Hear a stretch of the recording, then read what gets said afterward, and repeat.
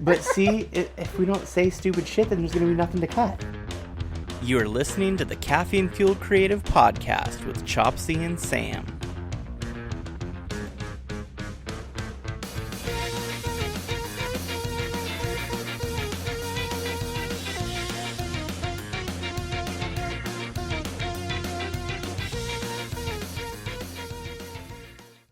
Quick disclaimer, this episode gets loud. There's some weird high distorted spikes that we weren't expecting, and we'll have that fixed for next time.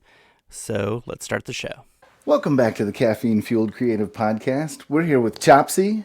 It's me, Chopsy. And me, Sam Fortner. And we got with us today, Rayshell Glenn. Really glad to introduce you here. So I'm going to let you introduce yourself a little bit here. All right, well, I'm Rayshell, and I go by Rayshell Glenn Art on my social medias. And I am a multifaceted artist. I dabble in a lot of things, 3D and 2D art. Yeah, I don't know what else you guys want me to say. No, that's fine. Okay, Yeah, I it's was just like, I don't know. just kind of a elevator pitch, like introduce yourself in your own words type of thing. So that is perfectly fine. Cool. It was my mouth of honey start there that kind of ruined. It's contagious, and then It's okay. I stumble over my words so hard always. The intention is to be like a casual art chat. So it's low pressure. We can cut anything totally. we need to. So We you try feel like not you to. said something stupid. Yeah, no, I cut so much. I kind of like assume that just by the vibe, so Yeah. I'm not too worried about it. So well, I want to say this too. So Rayshell and I know each other from way back. We actually went to BSU. We were both in fine arts with an emphasis in illustration, and we almost graduated at the same time. When did you graduate? 2018. At the end of 2018? Yes. I did too, I but think about that really hard. Yeah. I don't know if you know, they didn't let me walk for graduation because I kind of flipped out in a class. You don't know that? Okay. I did not Good. know that. You know what? Oh, I might we'll not have get to- into you can that. tell me that then. story Yeah, I'll tell you that afterwards, later. Yeah, But no, we went to so many of the same classes, and Yeah. we were good pals back then Yeah. too. So Still good pals. totally. I mean, that's why. Yeah, I was so glad to have you on here. Like, this is rad. Yeah, I'm so excited to be here. all right. Want me to start jumping into the questions, or do you? Yeah. All right.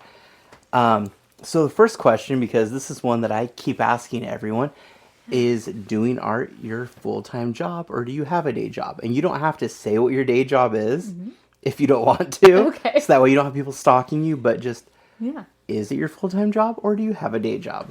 I do art full time. Yes. I work in the video game industry for my daytime career job, and then outside of that, that's when I do illustration and drawing and painting and sculpture, whatever I'm dabbling in that time. Nice.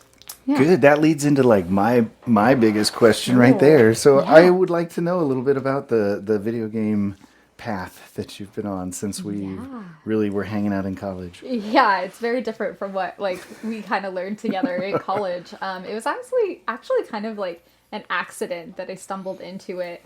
I just took a chance on a company who was doing VR simulations for the military about 5 years ago. And they took a chance on me to hire me and teach me everything that I know in that industry now. And so I stayed with them for a few years, and then I actually ended up getting to work at PlayStation for a couple more years, and I got to work in a few different AAA games. But yeah, I just kind of took a chance, and it just kind of worked out. And so a lot of that skill set I never actually learned in college. It's all been self-taught and learned on the job, actually. Nice. Yeah. That's rad. Yeah, it is really cool. I'm very, very grateful and lucky for that experience. That's fun. That's really cool. So can you name drop some of the games that... Yeah, I can. My biggest title for AAA is Death Stranding 2, which just came out last month, I believe, which is a super cool game by Kojima. And then I've also worked on multiple games for MLB. I helped port those over to the Switch, so we were doing a lot of like reducing of art assets for them so that they would like work on the Switch better. And so we just kind of would flip assets all day and stuff. So That's rad. it was really, really cool. Yeah. Yeah, really cool experience. What, you saying that the Switch doesn't have the same processing power? They're both high definition, go through the HDMI. What? They don't. Everybody's hating on Nintendo all the time. No, I love Nintendo. That's why they wanted to put their games on it, because it adds more people to play their games. That's really rad. Yeah, Well, it was a lot of fun. all right, we can go back to some more of the traditional questions. yeah, we I can. just wanted to pick your brain since I really hadn't got a whole lot of that story since we had been in school together. Yeah, I think I'm actually going to be taking part of a panel at the Boise Comic Festival. And it's all about working in the industry as a video game artist. So, Booyah. yeah. That's It'll be rad. Gonna have It'll to be good. abandon I'm my table excited. for a bit. Yeah. Yeah. That'll be good. So when you're doing your illustrations then, or any other artwork, what is your preferred medium of choice? Oh, that's such a hard question. Is it? Yeah, for me. Well, you did it say is. multifaceted, so Yes. I assume. Yeah, I just enjoy creating. Yeah, no, I have a hard time like naming what my favorite is. I kind of want to say digital. Like I normally use like Clip Studio Paint or Procreate usually when I'm making digital work. But there is something about me that still just hangs on to that tactile feel of like creating art with my hands, with paper, with pencils, or sculpting. I really love dabbling in clay sculpture or throwing clay, hand building, that kind of stuff. So I just like, I don't know, I go in and out and I just kind of lean into whatever I'm feeling at that point in time. Yeah. Nice. Nice. Yeah. Yeah, I mean, I do some digital stuff, but with AI getting more popular, Yeah. I'm just like, I know I'm just going to start making zines with ink again, and they're not even going to be available online. Like, you have to get them in person. That's so cool though. I like that too. The one thing we can do as Yeah. humans is make these things with our hands, and the thing that makes it unique is whatever. I mean, not even mistake. Mistake's not the right word, but just the lines that we make are all different because we have different. We're made of different shapes, and Yeah. just the weight that we use and the way our brains work. You know, like that is it's something that AI wishes it could. Like it can do perfect art. Cool, because it knows the rules.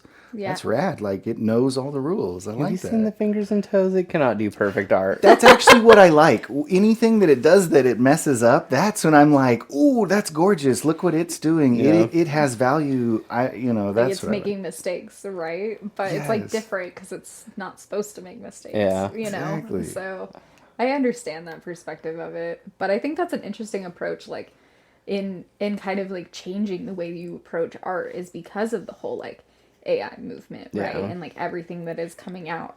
And I feel like maybe subconsciously that's also something that I've been feeling as well because I'm like slowly kind of backing away from like wanting to do digital all the time and wanting to lean into like gouache or acrylics or like more stuff that's within or like pen and ink is one of my favorites too. And so just like leaning into that more because, a computer can't replicate the same exact marks that I can. Yeah. Like no matter how hard it tries, like it never will. I had to walk out of the office yesterday and take a break because a guy walked in and the first words out of his mouth were, so I designed my own headstone with AI, but I think I overwhelmed it because it wasn't quite getting everything I was putting into it. And I was just like, oh, are you shitting me? Like, okay. And I got up and I walked out to the shop because I was not going to sit there and listen to this guy talk about, I design headstones neat. for my day job. That's a cool job. So having someone walk in and be like, oh, I designed it in AI, I was just like, but AI doesn't know the rules about like line thickness and what can be sandblasted, what can't. So, and then I was complaining to the guys in the shop about it, and one of our sandblasters, he was just like, oh, sounds like you're getting replaced. I was like, Jake, you dick. You're like, don't say that. I'll sandblast that. Yeah, I don't know. It's weird how it just like continually leaks into every little facet of like art. Yeah. Which it will. I mean, it's the future. I kind of is. thought with digital, I used to be really scared of it and was like, or even maybe that feeling of, I don't want to do it. I don't trust, it's cheating. I think was it. It's cheating. And then it's like, well, everybody's using it. It actually really is easy for printing and easier, sometimes for lots of mistake correction. But I mean, the trick is you just turn off the line smoothing, and then when you make a weird mark, like, just don't hit Control Z. Yeah, I was like, You're just good. don't undo it. Yeah. And I think that's a hard habit, though, to like get yourself out of in digital is that Yeah. Control Z, But I think if more people didn't rely on it so much, Yeah. there would be a better transfer of like people's real like essence of when they create art, I think. I don't know, I've gotten real used to doing like layers in Photoshop. Like my line marks on one layer, flats are on another, and then shading, highlight, everything's on a separate layer. And I did an experiment where I tried to do an illustration on just one layer. One layer, no start to finish. Like you can Control Z, but you can only go back so far. And so your marks are there. You can't do much about it. And I was just like, nope, I don't like this. Nope. I've leaned into that challenge as well, Yeah. and I actually really enjoy it and then but at some point, like I'll save it and like be okay. I kind of like where it's at. So I'll make like a duplicate of that layer, right? And then like I'll like continue to work on that layer, but I always have my other layer to fall back on if I really mess it up. But like I like do that. love I mean, one layer. I like that idea. That's When you accidentally draw on the wrong layer and you realize it's like the end of the world, you're just like, how long have I been on this layer? Like, how far back do I have to go? that is the worst. That's fair. I always lock my like layers. If I'm like, I don't want to touch that. I don't want to mess that up. Like, I really like it. I'll lock it Nice. because I do the same thing. And if I lock it, it's like you can't do that. And I'm like, oh yeah, you're right. You're right. Thanks. I mean, how many layers do you typically have in a finished project, though? I would say like maybe 5. That has reduced over the years though. It used to be like hundreds, but like I can't. Yeah, I was gonna do say that I'm anymore. I'm still in the very high like 30s, Oh, okay. maybe on layers because Yeah. every little adjustment I want to make, I'm like, nope, new layer. We're not gonna lose this. Yeah, that's fair though. That's fair. I don't know. I've taken a lot of pen and ink classes, and I think pen and ink classes have really pushed me to accept my mistakes and just like continue with them even in digital. And so like I tend to not just continually add layers. Like I'm just like, okay, I messed up. Like I can Control Z that, or I can try and like work with that and like move forward. And I like challenging myself in that, especially if if I'm actually doing a pen and ink drawing or like a painting of some kind. Like that is always kind of in my brain. Like if you make a mistake, you've just got to work with it and like move on. Yeah. And so And- I just continue that practice a lot. Yeah, I do a lot of pen and ink, like fountain pen and brush pen stuff. Nice. Because I prefer black and white over color, but Same. usually if I have a mistake, it's like, all right, now I get to cross hatch the shit out of this corner until I can't see it anymore. That's one way to approach it for I sure. like that. I've gotten to the point I'm trying to do more Croquill and brush, and I love the ink. And now I've gotten to the point where I go, I'm just gonna fix that digitally. Like I'm not gonna get the white out.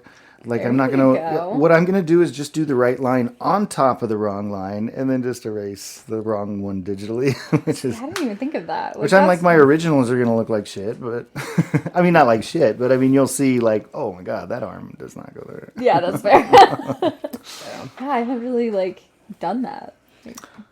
I have a question I want to ask you. This is Yeah. one that we ask, and I totally want to hear this from you. So what was some of your younger start of wanting to do art and be an artist professionally and just as your passion? Yeah. Definitely when I was very young. Like I was always just into drawing. If I saw like comics or anime or something, especially I didn't grow up with cable, so like I would always I would always like see like Yu-Gi-Oh or something at my neighbor's house, and I was like, oh man, those are so cool, like I want to draw that. And so I would sit in like math class or something, and like I would just like try and like from memory draw like Yu-Gi-Oh characters on my papers. And like I think I just kind of continued that. And then I got in high school and I had some different options. Like I did traditional art classes where we like dabbled in a lot of different mediums and like plaster and painting and drawing and kind of like photography. We just like dabbled in a lot of stuff. But then I also got into industrial welding. And so when I got into industrial welding, that kind of like, that for some reason was like one of the biggest influences I had because I was like, dang, like I could create sculptures and like I could go so big with this or so small with this. Like I just wanted to be a 3D like artist. Like I wanted to like build things. Which definitely changed after college. But yeah, I think like it just like continued to build on like every little thing that I dabbled in, and I was just like, yes, I want to create, I want to create, I want to create. And I think that's just part of me. Like I think I was like born an artist, and I've just always leaned into that. And like I had really encouraging parents and really encouraging family, which I think makes a huge difference. That was going to be one of my questions. Yeah, you know, I feel like they weren't like, no, you're never gonna make money at that. They were like, you do you, boo. Like, you know, and they just always built me up and told me to chase my dreams and passions. And so I've always just like, I don't know, done that, you know, and just took risks and stuff and tried to explore those different avenues to find what fit best for me. So That's rad. Nice. yeah, it was a weird road to go down for sure. Yeah, so But it was good. so obviously that was always your kind of career path. At what point did you realize that this was something you could do for a living, or like, you know, hey, I am taking art serious, this is my career? Yeah, I've actually tried to step into that multiple times through my life. I've worked a lot of different jobs, and like I would always end up leaving that job like I'm gonna go do this art career because like I hate, you know, doing whatever this job is. It doesn't fulfill me at all. And so I continually have tried to get there. But then once I took that chance on that video game industry like opportunity, that's what really like I was like, dang, like I can learn these skills and I can do this, you know, and it was a risk. I was like, no way are they gonna like hire me. I don't Yeah. know. I'm an illustrator. I don't know 3D. I have no idea what I'm doing, you know, but like they did, and they were so willing to teach me. And like that just showed like, one, you have to take risks. And like two, like don't be scared if like it doesn't quite line up with your vision. You know, if you want to make art, like make art however that shows up for you. Even if maybe you love illustration more, if you have an opportunity to do art somewhere else, maybe lean into that. You can always come back to what you really love or change that path. But for me, leaning into the video game industry just has allowed me to be creative in my career and then also have time to like dabble in all these other things that I really enjoy, you know, and so that's been really, really fun. But I think getting that opportunity really showed me like, yeah, like you can do this. Nice. Yeah. You know, it kind of brings something up, a question for me here. So because you didn't use what you went to school for in that industry, one of my questions is kind of, do you believe that school is necessary, important? How do you feel about artists and going to higher education for art? I think that's a yes and a no. And I think that it's mainly a no. But I think for some people, the structure that school provides for you is really, really important, which is something that works really well for me. Like, I have tried a few times to be like kind of more of an independent artist, but sometimes I need that structure of someone being like, hey, create this thing. It's due by this time, which is why the video game industry kind of really works for me. For my career, because I don't get lost in my own like sauce, to say, you know, like I'm a little ADD and I just kind of get lost in the process sometimes, and I'm not always very organized. Yeah.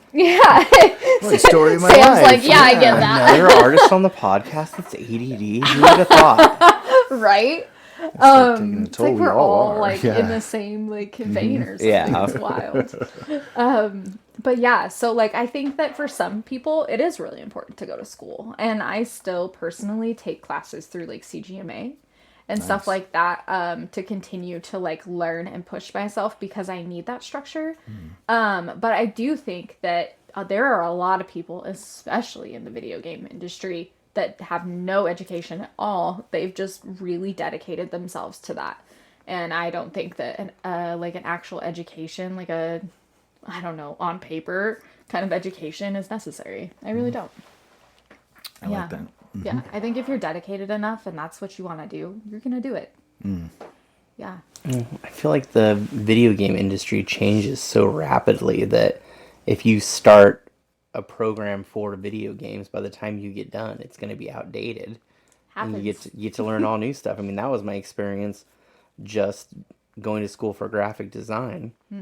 So, Yeah. oh, I had a whole class on how to design like a web page in HTML.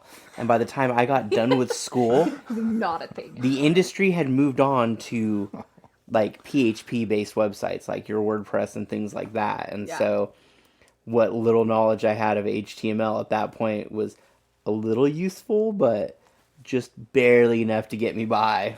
Yeah, and So- it's still like that. Like now it's like all Python and like all of these other things. Or you can get into like blueprinting, which is like kind of like a pre-packaged like way to like, you know, program and stuff. And Yeah, so click. it's just like a whole different thing where you connect little boxes to make things happen instead of doing all the programming by hand.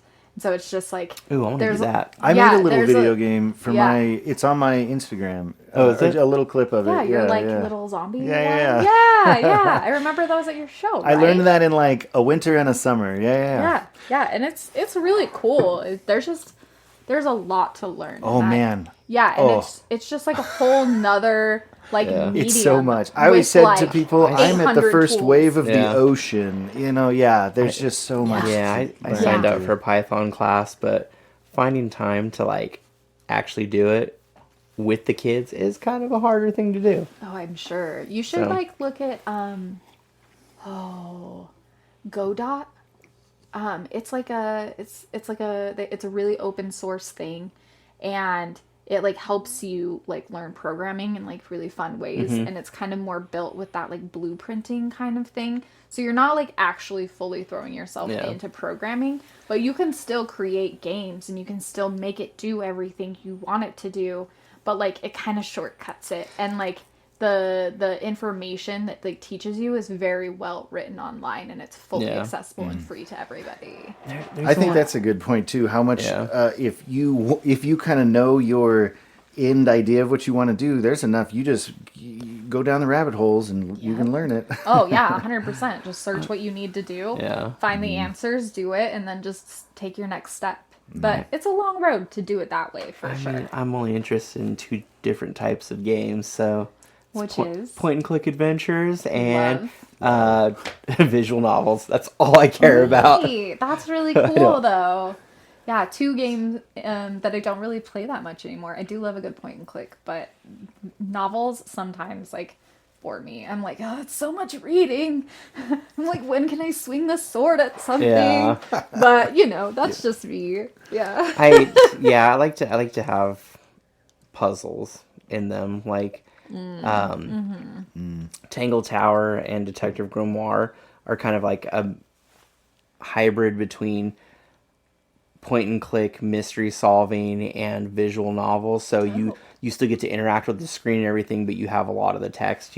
But it's also fully voice acted, so you don't have to read it. You could just listen to them if you wanted Okay, to. see, voice acted is where it would be for me. Yeah, for sure. so Avery and I sure. sit down and do little puzzles, and it's so cute. I love it. That's one of my favorite little cuddle times. But I love doing the voices. I'm like, no, turn the sound off. I want to read it, and I'll do all the You're like the voice actor for the game now. You're just like, I got this. She's like, the doctor sounds like the husband. I'm like, don't worry about that. Yeah. I'm working on it. That's really cool though. Yeah. Godot. You should check it out though if you want to. I have it downloaded. Do you have along it? with, Okay, Along okay. with Unity and RenPy and every other possible free game engine. Yeah. See, I don't know any of those. I mostly work in Unreal, but that's just the game engine that I've mostly worked in. I haven't had to work in Unity, but that's more for like smaller game companies I've noticed, or like more indie game stuff. Yeah. Mobile games also seem to be more in Unity, but I've worked on mostly AAA and VR, and Unreal seems to be Yeah. set up for those the best. I just need 2D Yeah. I don't need to do any 3D stuff. So Yeah, that's all right. So That's all right. Unity and Unreal seem a little overkill for what I That's want to do. valid. So That's totally valid. Yeah, Unreal's a beast, but I hear Unity's pretty nice for 2D as well. Yeah, I Yeah. just don't know it personally. neither do I, which Yeah. is why I'm sitting where I'm That's at. okay. It was so funny. I almost changed my major in like the last semester to the game GIM, and I took some classes. It was really rad. But then it was like, well, I'm almost graduated, and but then after that, after I did that game for the final show, I never made another game. I didn't fix it. Like it had a lot of things that needed to just be polished up, but Fast games do. it is collecting dust now. Yeah, that's okay. I honestly don't do a lot of like game art in my free time. I keep like wanting to like build my portfolio up and stuff and like do more 3D, but I look at 3D all day. I work in 3D all day. The last thing I really want to do is like sit at my computer more and do more 3D. Like then I'm at my computer for like, 12, 13 hours and I'm like, okay, like I need to walk or something, The hunch, I know my that. eyeballs and my back. I gotta blink. Yeah. So you mentioned that you're going to be at BCAF, Boise Comics Arts Fest, and that is August 30th and 31st. Why are you still looking to the board? You should have that memorized by this point. I should, but I'm just making sure I have it right. I mean, The last week, Labor Day weekend, the last weekend of the month. Yeah. Yeah, I am. It'll be my first time having a booth there, so I'm pretty excited. I stopped by the last couple years and was like, dang, I really need to get a booth here, so I figured might as well jump in that, and You'll fit in that group perfect. I'm It's very such a nice excited. group too. I'm Like, so excited. they're so nice. It'll be good. I think eventually they're not going to invite me back anymore. I don't know. Me, you, and Eli are like right there, and then Sugar May. I kind of feel like we're in trouble because like Spooky Dinosaur is not anywhere near us. I asked for all of us. I mean, I don't know who I all specific, but the people who were near, I was like, yeah, those are the people but Josh kind of said something like, yeah, well, we want to get new creators. I know it'd be nice to have everybody come back, but we can't always do that, And I was he's making a segue to I'm not going to get invited. No. I think he was talking about in the invited guests. Oh yeah, is what he's referring to, because if we're throwing money at the event to go table, they're like they'll first come, take our first money. serve. Yeah, that's fair. That's fair. Yeah. Yeah. Yeah, I think he was talking about the invited people. They're like, listen, man, we got a list of people signing up, and the monsters aren't cutting it anymore. No. I mean, we're all in Section F though, so I mean, we are going to be Artist Alley. Like that's where the party's going to be at, and I'm going to be obnoxious. And we're gonna do. I didn't look at the email yet. You gotta see it. Yeah, I didn't look. We could look to see if she's close to us too. I don't know what this is going to be. But Yeah, we're well, gonna. I didn't realize everyone was going to be there, so I didn't request to be next to it. So I'm probably know you would be floating there, yeah. off, like, way off in the side somewhere. That's all right. Come find me, everybody. That's kind of what it felt like you were at Jim. This is so funny. I imagine the same map from Jim State is gonna be at Boise Comics Arts Fest, and you're gonna be. I'm gonna look at you right there. Like, way over in the side area. That was a nice spot to be in, though, on the wall. Like, I didn't have to, always wanted a wall spot. battle people. But I will say, the one downside to it was, like, a lot less people are packed into the rows, right? So people don't stop, and like there's so much space, like people can just avoid you so hard. Like, and you don't want to just be yelling at them, right? Because there's like enough space that it's like awkward. And so I kind of liked being in like the middle areas because people were kind of forced into my booth more often, and they were like, oh, I'm stuck in traffic, I'm just gonna look around, And it did make it easier to sell sometimes. I like that. I'm gonna it's just a different perspective, but like I would take either, of course, but it was just something I noticed, I like that, yeah, because I've done something called superliminal marketing, where you say, "Hey, come over here and buy something."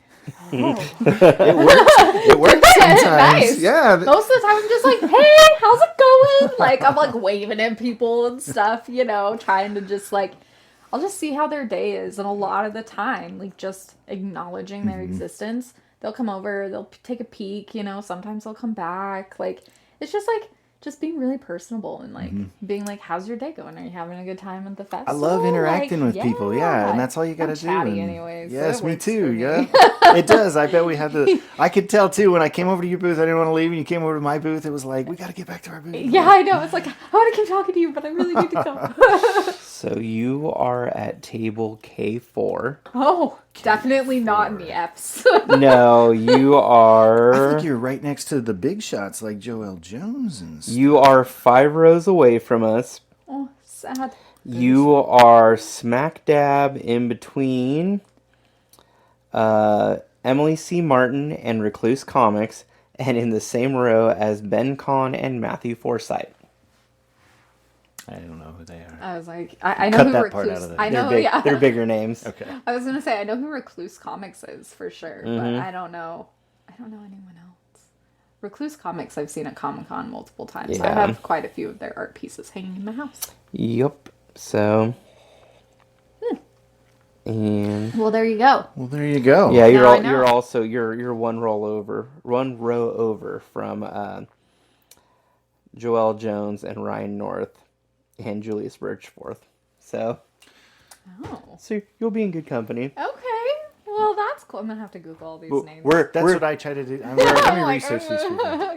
Ryan North has written for the Adventure Time comics and Amazing. a bunch of Marvel stuff. And prior to that, he had a webcomic that only had one 4-panel dinosaur comic that he would reuse the artwork every day and write a different joke into the panels for like 5 years. That's insane. What a cool concept. And every though. day he posted every day for They're 5 hilarious, years. too. He came up with good content. Yeah. That's amazing. Ooh, I can't So- wait to like look some of these people up. I'm excited to see like who's gonna be surrounding me there.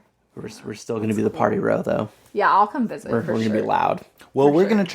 gonna try to break away and do some interviews with some of the people that are the guests that we won't see in the valley. That we're just gonna bomb them and say like, "Do you want to do an interview real Yep. quick?" Yeah, do it. That'll be Because fun. usually, if you come up to their booth, they're gonna like, and in the morning when there's not a whole lot of customers around and stuff, people are usually totally stoked to talk. So Oh, Nope. yeah. I'm going to do it in the Yeah. middle of the day when their booths are busy, and I'm going to be like, "Yo, right, kid, Yeah, right. This Got is some- not art for got you. some questions to answer." No comics for you. That's so funny. do you want to chat with us for a minute? No. You got like $60 an hour. Just be like, "Are you from that'll be Portland? cool. Okay, we can talk." Oh, there you go. Love people from Portland. we We do too, but do too, but I keep making jokes to how we're going to boycott all the Portland artists. we're making jokes that we are in a rivalry with them, but we're gonna really have to like let a them big know rivalry. we're not. Yeah, They keep coming here and taking all our money, but we're not going there and taking theirs, mostly because we're not traveling. Yeah, mostly because I don't want to drive over there. That's only 8 hours away. It's That not would be that my bad. problem.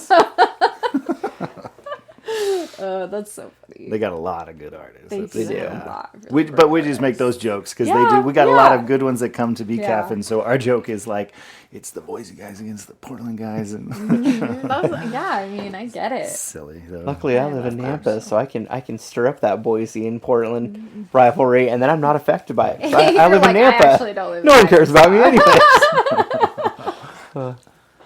that's So great. then, obviously, at BCAF, you'll be doing a lot of your illustration work, is what you'll be selling. Strictly, yeah. Well, obviously, but I assume like prints and things like that. Yeah, So- prints and stickers probably. I Okay. do like making stickers a lot. So when it comes to your illustration work, what inspires you? What are your themes? Like, what do you typically go for? Yeah, I am definitely a world builder. Like, I am not really into like character art at all. I do attempt it sometimes, and it turns out okay. But I really love creating like some kind of world, and then I love just throwing like a touch of magic into it, like a little mystery, or just like what's happening, just like something that kind of, I don't know, makes it a little more intriguing and different. And I love really bright color palettes. I Okay. love oh, my brain, analogous, is that the right word? Yeah, Like color schemes. Like that's something that I really, really dabbled in and enjoyed a lot. But, I keep kind of exploring colors because colors aren't always my favorite. Actually, Okay. it's something I struggle with. But I love like just experimenting, and I think world building really allows me to do that. As far as like being inspired though, I'm a really big like anime nerd. I'm a really big video game nerd. I'm a really big like cartoons, Disney kind of person. Okay. And so a lot of stuff that like inspires me is stuff like that, like Steven Universe and like think like Steven Universe is a very special thing for me. But like I love doing like world building like that. It's very cartoony, it's very bright. Yeah. It's, kind of Nice. in that realm. Yeah. Who are some artists that inspire you? I'm so bad with names. That's like my least favorite question. Rebecca ever. Sugar Yeah. is the creator of Yeah, Steven this Universe. is the great creator of Steven Universe. Yeah. Man. The audience can't see my blank look. Yeah. That's fine. They should have seen my look when you asked me that question. I was like, oh no, deer in the headlights. Yeah, I have a lot of artists that I actually don't create for any of that I find really, really inspiring. And I can't think of any of their names right now because honestly, I'm really bad with names. But J.W. Cooper is one that I really, really enjoy. She does a lot of like animal drawings and she does a lot of like human drawings that are very, very exaggerated. Okay. And like she kind of does a lot of like kind of more morbid, like dark art stuff as well sometimes.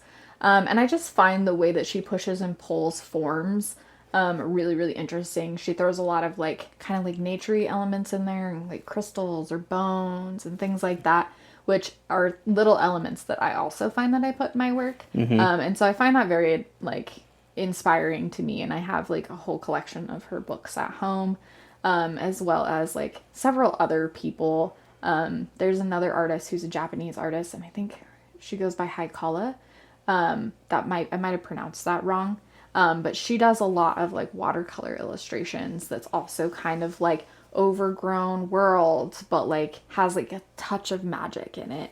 And I have followed her for many, many years and have found a lot of inspiration in her work as well. And so it's just like, I don't know, I just stumble on these artists that kind of are in the same vein of work that I create. And then I just like follow them and like kind of see what they create, and that helps inspire me to like create worlds as well, because most of them are world builders in some fashion or another. So Nice. yeah, And every but- once in a while you see a piece that they've done, you're just like, I wish I would have created that. yeah, 100%. I'm like, that's so cool, and then I'm like, all right, I'm gonna go try and make something similar to that, but like put my own flair on it. Yeah. And like I think that's something that I really do a lot in my practice with other artists is I don't know if you guys have read the book Steal Like an Artist. But that has been such an influential book for me. Because like that's one of my favorite things about finding all these artists I love, and I'm like, oh, I love like how you draw that, or I love the color scheme, or I love like this kind of concept or composition. And then I'll like take all these things from multiple artists and then kind of build my own creation. And I think that's kind of how I got into world building, is because like I like how they build their worlds, and I wanted to build them similar, but like, my own thing. I don't want to plagiarize anyone. Yeah. But like, I want to change it and make it my own. But I use them very much as a base for inspiration in a lot of different facets of how I create a piece. Yeah. That makes That's sense. I remember Bill Carvin telling us that in a class where he said, steal from a lot of different places. Yeah. I mean, Yeah. that's like one of the easiest ways I've found is like, instead of just trying to look at that blank piece of paper, be like, oh, I really like that composition, so I'm just going to start with that composition. And now I'm going to like, what do I want to show? And I'm like, oh, I really like this. Like, I love hands. So I was like, oh, I want to do a hands like sculpture in this like composition. And then it just starts like building like from there. And I'm like, what can I do here? What can I do there? And I just kind of like add it all together until something cool comes from it. Nice. Yeah. It's fun. I like the process more than the like Yeah. result most of the time, for sure. I totally feel that too. I love Yeah. just sitting and drawing, and then I'm like, what did I do all day? Yeah, that's great though. I Yeah. feel like there's a lot of people who would love to be able to sit there and just get lost in art. Yeah, but Sam doesn't make prints, so He just makes his comic. That's cool. I have prints. I gotta get on it though. I don't. Yeah, that's one thing that I'm. You have something that you're gonna get done. Maybe. Yeah. Hope. I'm just really hoping I can finish book 2. Like, you know how you always say, I'm 1 page away. I like created 3 more pages, and now I have to ink and add another and like finish it. I gotta I'm gonna have to cut this thing off. Are you trying to get it done before BCAF? Yeah. Okay, you got this. And I have a cover I want to color. Like it's not even done. I got ink and color a cover. You've got this. Thank you.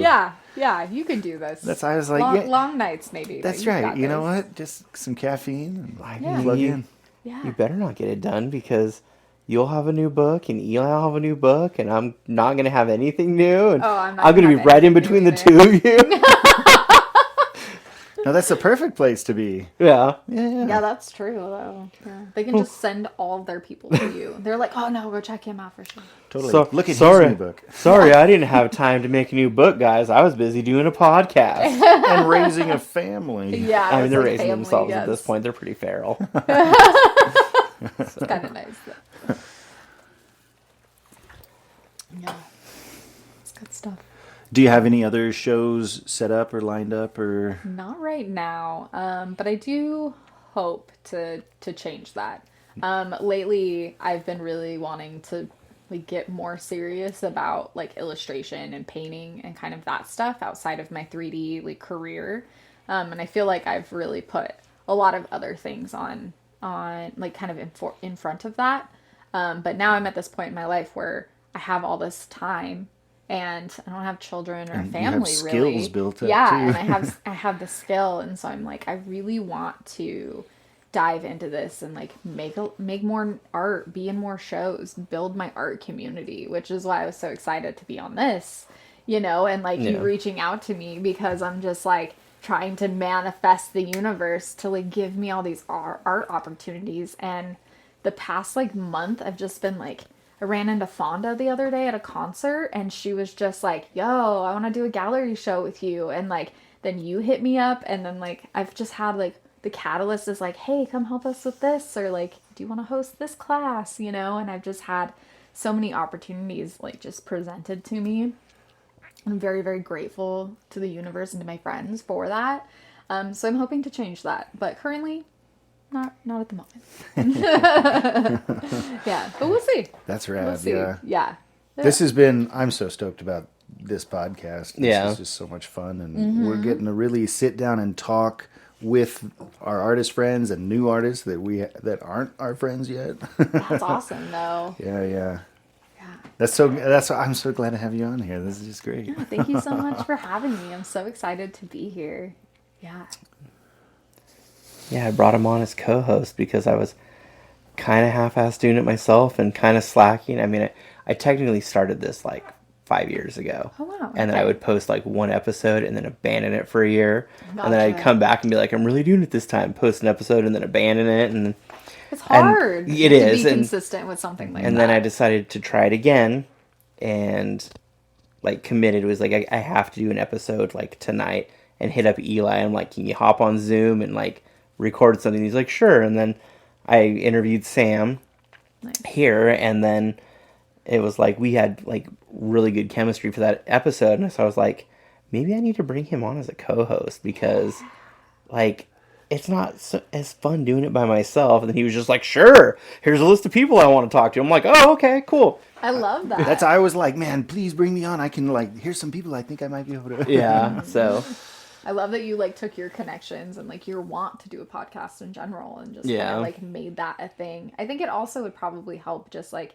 having someone there to kind of like, hey, let's like do another show, I think that was it. Like I push him and helps keep that ball rolling. Yeah, because I know a lot of people, but trying to like get them to commit, whereas Sam will be like, we're recording this night, can you be there? Yeah. And it's like, oh, okay. Like it was like with Hope, like I bugged Hope for months about like getting her on and like doing a podcast, and she kept blowing me off. And then Sam's like, this night, and she's like, okay. And I was like, I'm a little hurt. Oh, like I don't fair. But I'm just starting to learn that one of our problems, we all were saying we're all pretty ADD. Yeah. But another thing is just indecisiveness, and that might come Yeah. with the ADD. But then, probably a little. I think sometimes I'm just good at kind of like, I'll make a bad decision, or I'll make a decision and it might be bad, That's fair. Oh yeah. Yeah. That's the trick. That's the only trick. Everyone will follow Like you. deciding to Trust start me. an art collective. That's exactly right. I love it. I don't know. You got to take risks, like I said earlier, and sometimes they don't pan out, and sometimes they I really just do. think- Well, I'm it's so just funny lucky. because we'd been talking about that anyways. Because that was also another thing. I was like, because I used to be in Swell with Okay. Noble and all of them, and by the time it ended, I was ready to not be in Swell anymore. Mm-hmm. And then, like 6 months after it ended, I'm like, I'm just doing shows. Like this kind of sucks. So I've been wanting to start one my own, but not knowing how to go about it since then. We've kind of chatted about it, and then We've been chatting people up to come on the show. Yeah, and then we were talking to awesome. Nathan about it last episode, and Nathan kind of gave me an idea. He was the one that kind of gave me the most like push, but Yeah. he was kind of saying, "No, you can't do it." And that's when I was like, "You know what? That's it. I'm gonna make some calls." You were like, actually, and watch then, me. and then all of a sudden I get a text message as I'm working on finishing editing the episode, and it's just like, I'm starting an art collective. I need your help setting up social media accounts, and I'm like, what? And then I'm getting messages from Eli through Instagram going like, oh man, after that last episode, or like I guess it must have been after I posted it, because he was just like, I listened to the new episode and I'm really like fired up about like art collectives now. And I'm like, oh, funny, you should say that. Sam just sent me this text. He's like, yeah, I know, I'm talking to him right now. And I'm like, I got the That text was too. him too. Like he texted me. He's like, "Man, I love that episode. I want an art collective." And I was like, "All right, Yeah. me Do too." it. And I was listening to the Yes. episode, and I heard my own voice say, "I think it's up to me to start this." And that's it's like, exactly you know what you said. So what you're saying is it's up to me because I'm the only one that doesn't have a job and I can do this. Right. That's I'm blessed. perfect. I'm blessed with time, and I thought that was what I kept hearing was people like, "I just don't have the time." And I was like, "I have a lot of time." That's perfect, though. I think so. Yeah. Yeah. I mean, I don't have Something the time, else but I to, still like- wanted to do it. I just didn't know how to start. Yeah, but that's hard. I think. Yeah. Well, I don't hard, either, though. and I just knew that I have a lot of good artist friends like Yeah. you guys that I know if we just kind of get together, have a positive attitude, we'll get some cool shit done. Yeah, I agree. It was really funny because I've tried to like Google like how do you start an art collective, trying to think of like what's the path of like how do you actually make like a legit art collective. Google, no help. Oh, It's I'm like, sure. It's like, I don't know. How do you start an art collective? Oh, generally, when you start an art collective, you just get a group of artists that have like minds to sit down and do something. I'm like, well, no shit, Google. That's not what I'm asking. Like, what are the steps? Lay them out for me. Yeah, no. I think that that's like so true though, because any other art collective that I've been part of, it started with this like tiny group of people all just wanting to share art, and then like that group grew, and then they had more opportunities, and then they get sponsored, or like, they have like different things that they can pour into more and more and more. And I think you just have to start and take that first risky step. And like maybe you try and maybe it fails, but maybe you try again. Like, and like maybe it does better, and maybe you learn from your mistakes the first time, and maybe that's kind of the process as you go. But I think if it's something you really want to happen, and like you have friends like here to support you, like, yeah, let's do it. Like rock and I'm all roll. here for it. Yes. But that's how I approach most things. Didn't Well, I even kinda- think about sponsors. I I'm keep gonna start telling hitting myself this everyone up too. now. I'm like, Yeah. it's just art. It's not like medicine. We can't really hurt anybody. No. Let's just not rip anybody off. Yeah. Like, Yeah. the one thing I'm thinking that if we want to make money with good art, that's not ripping people off. That's our talents being valued for what they should be valued for. But I think as a collective, let's make sure that it doesn't turn into like we're just. I'm asking for everybody's money, like, guys, give me a lot of money. I mean, I might Yeah. have to. I don't know yet. Yeah. I'm not planning on it yet, but things grow and $50 a month membership fee to maintain this website that I'm hosting with all my other websites. Yeah, right. Yeah, I don't know. I think that that's one thing, though, that always makes me a little nervous when it comes to creating art. And it's something that I've recently been kind of challenging myself, is like that want to create art for money versus like the want to create art For your soul. For your soul, for it to be something that you just want to talk about or expose, or you want other people to identify with, And I think like working in the video game industry has really shown me that, because I do tend to get burnout pretty easy working in the video game industry, which is pretty common. But like I find myself like, even in my illustrations, I'm like, well, I have to make this because it needs to sell. And then like I have noticed that I've really lost some of my connection to my art. Like I used to do a lot of art exploring like mental health issues, especially for women, or like exploring like being a queer artist and like that identity and how that shows up, or just like different things like that. These like really human experiences. And I don't create art like that anymore. And I think that that's kind of wild. And it's something that I really, really want to like dip back into, is creating art because my soul needs it more so than my wallet. And I think that that's a really hard balance sometimes, because we all need to eat.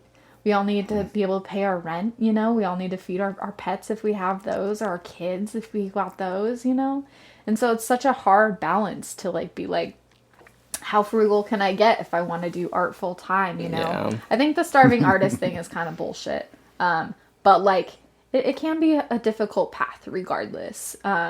And so, it's just a battle that I've been like seeing within myself, is like losing that passion versus like just creating for the customer. Do you guys ever experience that? All the time. You just sang the song of my life. Yeah, dude, it's a hard battle though. As an artist. I can't even. I have to kind of separate, because if I do art prints, if they are not of a known thing, fan art of some sort, it doesn't typically sell for me. I feel that. But if I do my little books, my comics, my zines, those typically will sell on their own because they're stories. And I kind of have to separate the two, knowing that like prints are for giving someone something they want to go on the wall to make the money, and all the storytelling is for me to get out my weird little ideas and share those with people. Yeah.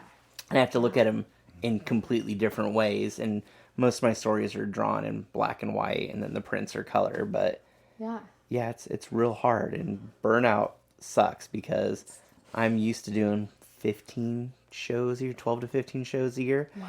And this year, all I signed up for was Boise Comic Arts Fest. That's good though. It's good that you recognize that and you're kind of taking care of yourself more in that. I think a lot of people push themselves too hard sometimes for the sake of it. Yeah, it was just more like, I'm not going to do any shows this year. I'm just going to spend the year like coming up with all new stuff, and I haven't done any of that. I've literally done nothing all year other than this podcast. But do you think that maybe that's just what you needed right now? No. No. No. No.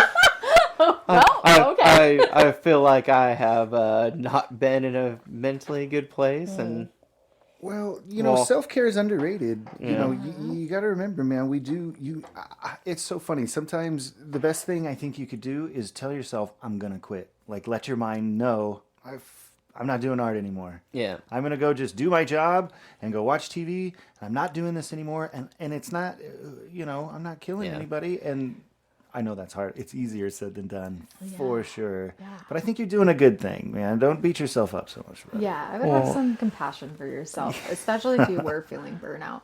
Because I think it's important to take a break. And I feel like a lot of artists don't want to take a break. Sometimes they can't, because that's how they pay their bills. Yeah. And I understand that. And that's really, really hard to work through, I imagine.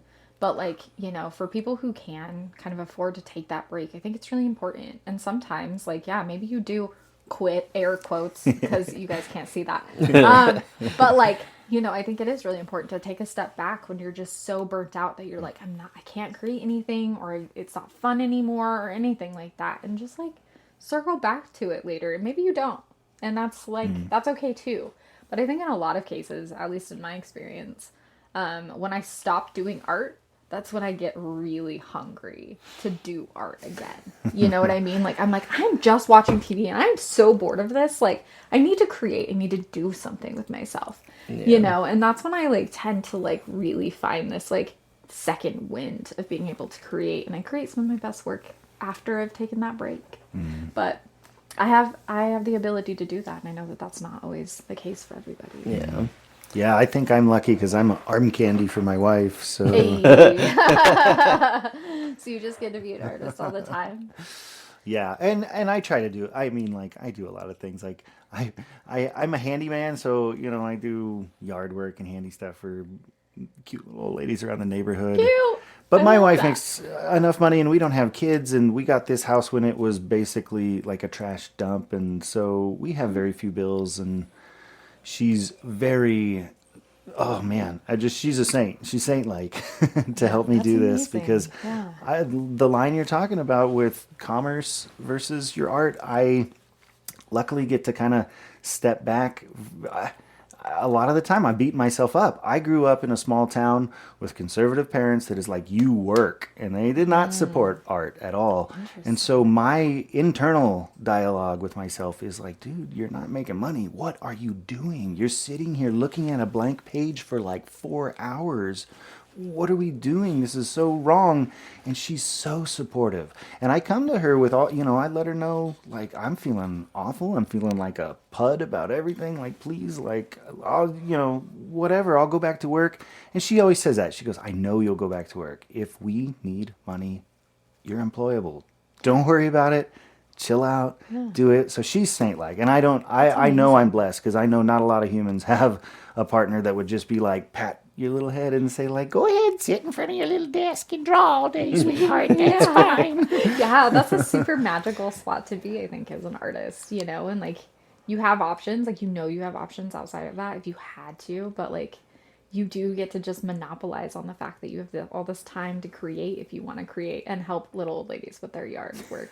But I think that that's like a really incredible spot, and I'm glad that you are actually taking that opportunity. Like you're making comics, like you're not just sitting here just like twiddling your thumbs, like thinking about creating. You're doing it, and that takes a lot of power too, to actually sit down and do the thing. Yeah, but I'm really proud of this work too. I love the comic. I love that it's coming out the way I like. And Yeah, that's good. cool. Yeah, I totally. love seeing that. That's so exciting. That's really neat. I jokingly complain that it must be nice every time, but I actually really like my job. And my wife is my wife is a what? third grade teacher, so it's not like she I always makes tell him if they enough have money any for me to not opening do down anything. there. But Yeah, that's fair. You gotta That's give me a fair. job down there with you. I would work with what, you. what do you want to do? You I want to think it's the sandblast? You want to coolest design? job. You want to Yeah, install? any of it. Like Any of it. Yes. Install Anything breaks, there's an that sounds opening for, crazy. I would love it. That'd be really cool. Do they That'd have be really openings? cool. Yeah. Yeah. The first time, I think the first time you told me that was when you came here and we did my interview, and you told me that you work at a monument Yep. designing headstones, and I was like, I don't know that I knew such cool jobs Yeah. That's existed. what I and that- immediately Yeah, it thought was- too when you said it earlier. I was like, "What? That's an Yeah. option?" And I So think when I rad. interviewed you, I just rolled over into like my first full year with them, and I only work like 30 hours a week. It's like it's not like a is full-time nice. job, Yeah. which allows me to like take the kids to appointments and things like that. But Good. yeah, that was another. I'm just trained as a graphic designer. My degree's in graphic design, Yeah. and I was looking for a different job from what I was doing at the time, and that popped up, and I was like, oh wait, yeah, people have to design those things. I've never worked in the industry, but I'm an illustrator and a graphic designer. Like maybe I can get in, and Yeah. I interviewed for it, and they called me. I interviewed on a Friday, and they called me Monday and told me they wanted to give me the job. So That's amazing. Well, congratulations Yeah. That's for rad. It was for getting such a unique like niche Yeah. kind of like and artist it's a job. small family-owned company. There's like 15 employees total, That's amazing. and we maintain like 40 cemeteries. Whoa, across- that's impressive. Yeah, we know we we, had that we many. supply and Neither. install 40 cemeteries between Idaho, Eastern Oregon, and Northern Nevada. Oh, Wow, that's So- a lot of like land coverage. Yeah, I don't have to do it. I just sit behind a computer and Yeah, design you're just them. like, I just make them cool. Like, that's cool. Like, I'm so curious. Like, I know you're interviewing me, but like what do you design? Like, what do you design? Like, is it like just their names? Like, do you do cool pictures? Like, are you designing the whole like shape of the headstone? Like, So there's we do some custom shapes. For the most part, they're pretty standard, like you have your specific shapes, like, the flat markers that just are flat on the ground, Yeah. normal upright monuments that are either, they're usually what is called a serpentine, which is that kind of Oh, yeah. curved top. You can do a half serp, and like there's industry standards, and then there's the custom shapes, and we'll do a lot of the designing as far as like, they want roses on their headstone and, a cross or whatever. We have to figure out how to place those, make them fit with like their name and whether other information they want on there. Yeah. The newest thing hitting the industry right now is these little QR code medallions. Yes. They sandblast a recess and they put it in there so it can't be pried out, and then basically the families are allowed. It gives them a website basically that they can upload whatever they want, videos, photos, information, and it's dope. supposed to be stored for life basically, and they can just walk up, you can scan it, and then you just have everything you want in there. So What a like cool way to like memorialize someone though, like in the digital age especially. Yeah. Like you can like capture all of these amazing images and stuff, that like in the history, like all of that would be lost over time and kind of forgotten, and now it's like yeah. like as long as the digital age continues, of course, like you get to like That is access so that kind rad. of Yeah. anytime. The only thing I feel weird about that though is like just random people coming up and being like, "Who is this?" Like, what are their mom and dad's name? Like, I don't know. Like, Yeah. they're just like creeping on dead people. I And- don't know. But Maybe that doesn't happen. But I mean, I like, did that cross my mind. anyways, because before Sure. before I was working in the industry, my wife and I would do cemetery tours, and we'd hang out and look at stuff and be like, "Oh, this is, they're born in this time and they're died in this time, and that's interesting. Like, what can I find about them online?" And Yeah, so, and that's fair. That's valid. So- yeah. It's like Yeah. one step away from having the hologram of them. Yeah, right? Yeah. Like they're just like, "Hey, how you doing?" Let me in tell a you about my hologram. life. Yeah. Yeah. Oh, So yeah, I think that'd be cool too. I mean, it can range even in materials. Like we mostly work with granite, but there's also like bronze stuff. Marble is not so much used anymore. Sandstone doesn't get used a whole lot because it's pretty soft and it gets weathered really easily. So Yeah, that tracks. it's kind of all over the place. Bronze would be dope. Bronze is expensive. Oh, I'm sure it's so expensive. Yeah. But like, how cool! Like, I'd be like, make me a huge statue. Yeah. Like of something neat. I don't know what. That would be rad. I love when there are cool. Yeah. I'm trying to bring back, me personally, I've pitched it at work and they're like, no. And I'm like, we're going to do this. And my favorite designs are the old Memento Mori ones.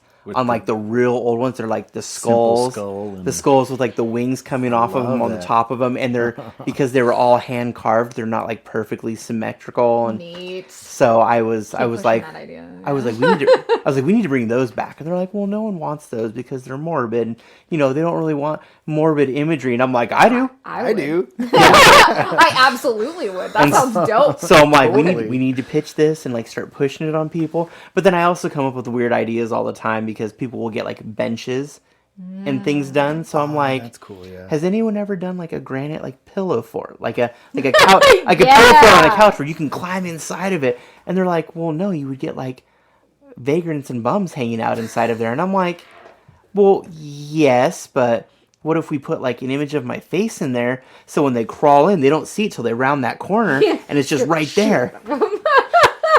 And they're like, that would be super expensive. Like, no one's going to do that. And I'm like, I'm sure I could find somebody. Oh, there's someone who would absolutely. I want to So- make one that encourage bums to sleep next to Yeah, my I was gonna corpse. say, what's wrong with that? Though? Yeah. You like, get a buddy for the night. yeah, Yep. there you go, a little company. So- You guys can sing, But yeah, I'll songs around the fireplace Yeah. together. I'll pitch ideas all the time. They're just like, what?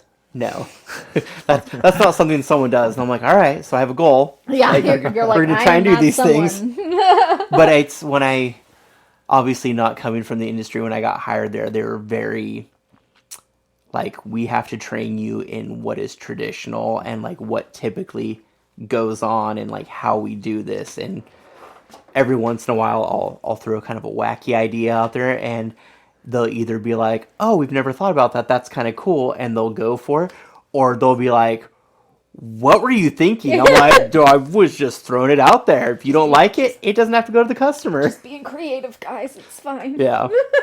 That's cool that like sometimes it hits though, right? Yeah. Like you get to throw a little thing in there here and there. That's neat because you're like that's really unique for this like design, you know. And Yeah. that's really fun because it's a memorial. It's something that's going to be out there for I would like to know that a theoretically punk ever. rock artist designed my stone. Yeah. And then sometimes you get pretty basic stones, but they're like, they want Pikachu and Ash, Goku on his Nimbus cloud, and the Green Bay Packers logo. That is an actual stone we did. Oh, I believe it. And they're Green like, Bay Packers. and they're full color painted on all of them. So yeah, stones That's get neat. painted That's too. cool. So That's cool. I didn't realize. I don't think I've ever seen a painted.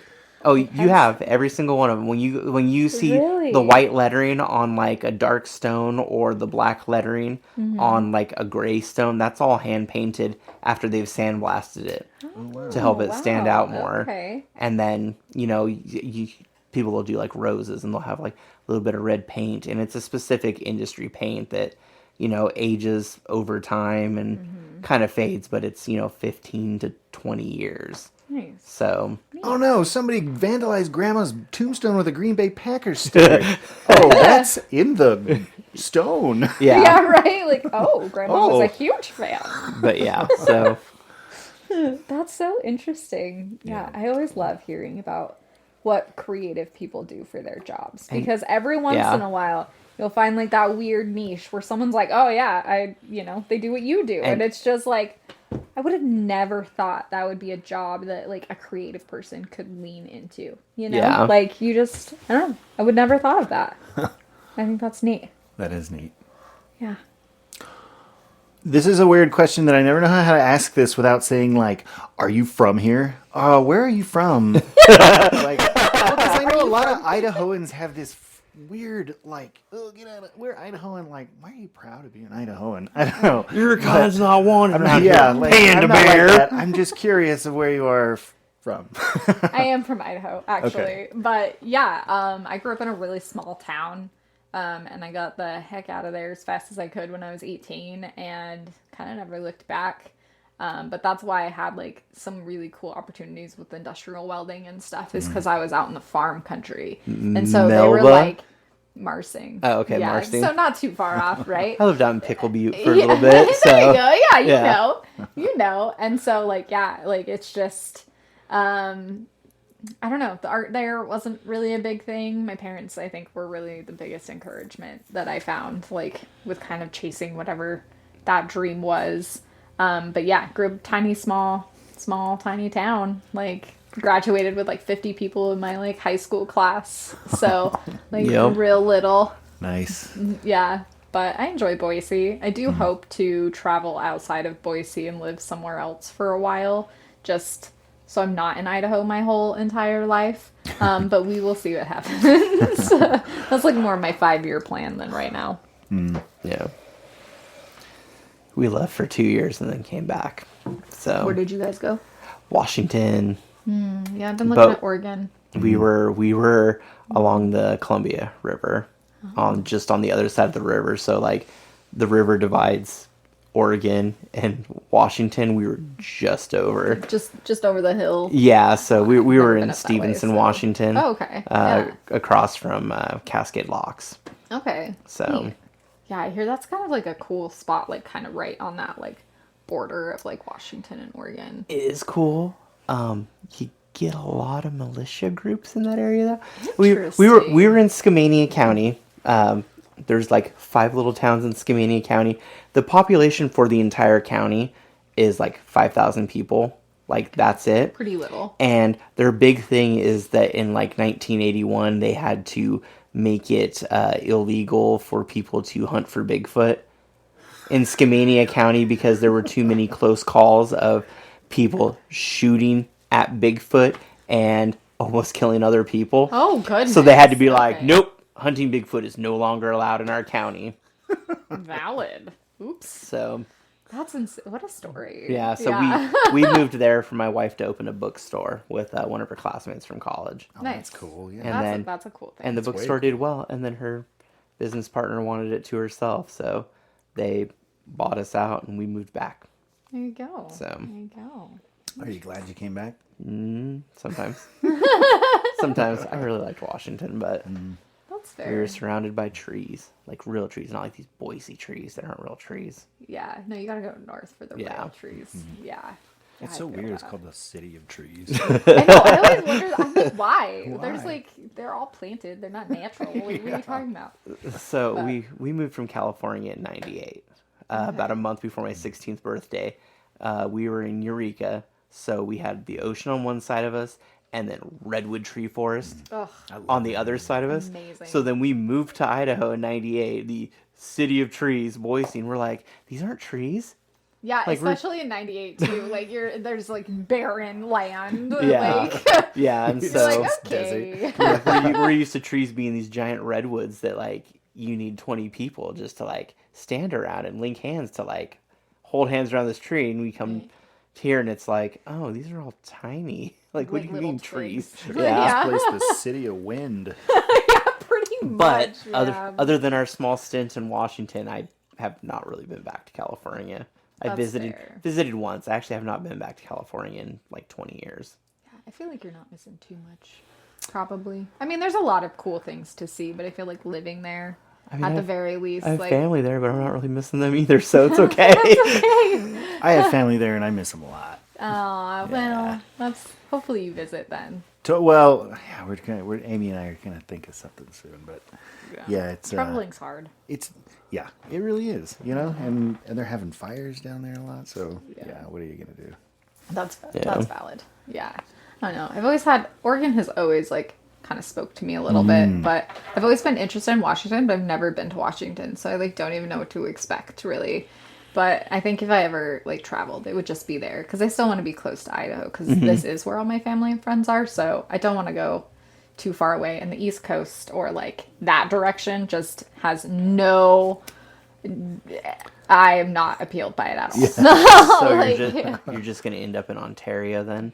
no, ooh, no. Ontario, Oregon. It's Oregon. No offense, anyone in Ontario, but like, no, definitely not Ontario. Okay. Like, it's gonna be. I want it to be greener. I want it to be probably closer to like Portland. I still love the city personally. I mean, Portland's only like- 8 hours away. It's not yeah, that far. it's not that far. I love the Oregon coast. Like if I could be that whole seaside, like that area, I would, but really expensive. Yeah, I was gonna say it is very expensive. I would definitely live like probably more on the outskirts where I'd have to like drive into the city, but I don't know yet.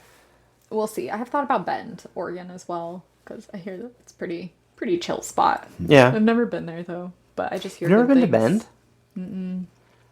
I've traveled the country and I have traveled a lot of the U.S., but not that.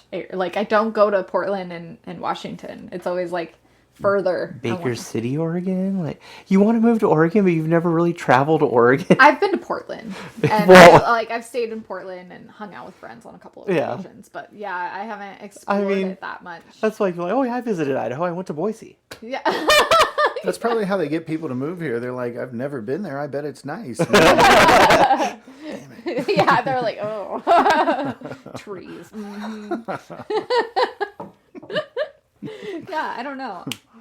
Maybe that's a thing that's been influenced by a lot of friends too, because Yeah. I do know a lot of like people who in my circles who are like, I love Bend or I visited Bend, you know, and so I think there's like some kind of influence in my brain that's like, you should, I don't know, think about that or like do that I sometime. mean, they have a pretty cool music festival that they do. That's cool. I love music. Yeah. Between not- art and music, that's what kills most of my time. Yeah. But, you know, Ben's nice. I like Bend. So But we'll see. We'll see what happens. Yeah, don't leave soon. I'm not, yeah, not. I just I mean, you moved into can. a new spot. If like, you want to see me cry. Or... Oh no, not you, Sarah. Yeah, no.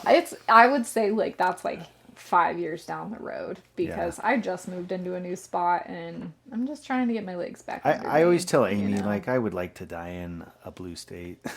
I don't want to die in a red state. Yeah, that's valid. Yeah, and that's like something else with Idaho. I think that Yeah, puts it's bad getting taste in my gross, mouth. yeah. It's pretty icky here sometimes, politics. I can't believe Yep. that it, I thought, well, we're growing up. We got a lot of cool people around. And it's like, well, you know, some people are getting worse. Yeah, it's like, ooh, oh no. It's awful. Oh, well. all right. Any other questions? Yeah, like I'm gonna just bounce back to this one because this is our closing question. And I screwed it up. Do you have any shows that you're gonna be at soon? You already asked I know. Yeah, That is the one. best closing question, and then I'm like, damn it. I know. I thought you were don't, gonna. though, Thought you were gonna go the other unfortunately. route with the one you asked Nathan last time and confused him because. Let's try it out and cut it out if you have to. What was it? I don't know. Wait, No, what that was when you were joking, like, yeah, weren't you married before? God. And- The answer is yes. Boy, that joke. We gotta stop because we gotta We do, explain 'cause it. they're- We don't want to explain. You know it's what? something we had to cut out. If people want us to start a Patreon and give us a bunch of money so we can put the uncut audio on and embarrass everyone, like, no, I wouldn't do that because I'm afraid I might get murdered. right, we're So. gonna get murdered and sued. Yeah, we don't want Deservedly. That. Yeah, we don't Yep. want that. Yeah. No. So we'll cut that joke out. We will cut that joke out. Not that one. There's a few rambly bits I'm gonna cut. So Yeah, there were. yeah. Still think we covered some good stuff. Man, you'd answered those questions very elegantly. I think. Yes. Yeah, Well, that that's was good. great. This is gonna be a really good episode. It is. Hey, love that.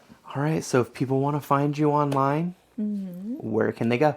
I'm mainly active on Instagram at Rayshell Glenn Art, and that's normally where I post most of my work or shows that I'm going to be partaking in and things that I'm doing. That's normally where I'll share it. So, yeah, that's the spot I'm most active.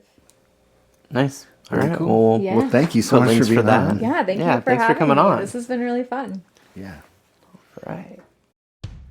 Thanks again to Rayshell for being on the podcast. We had a blast chatting with her.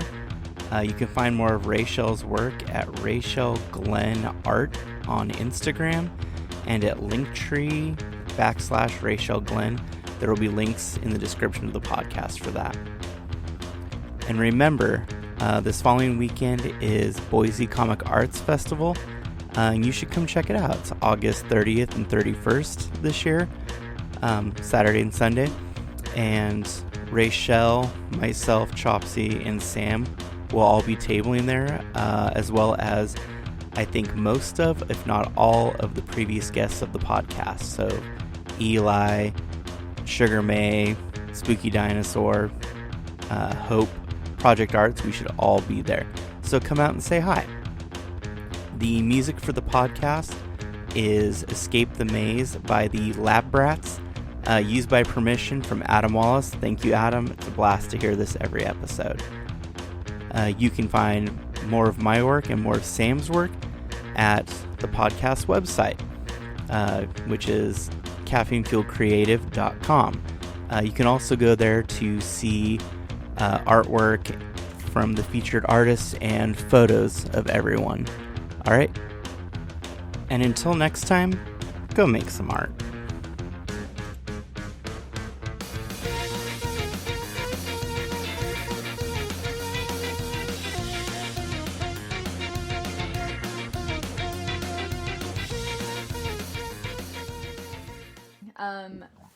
So it's what? I burped. A big one that came Same, right out with the okay. mic right here. All right, cool, perfect. We'll cut that out. Apologies. Don't worry.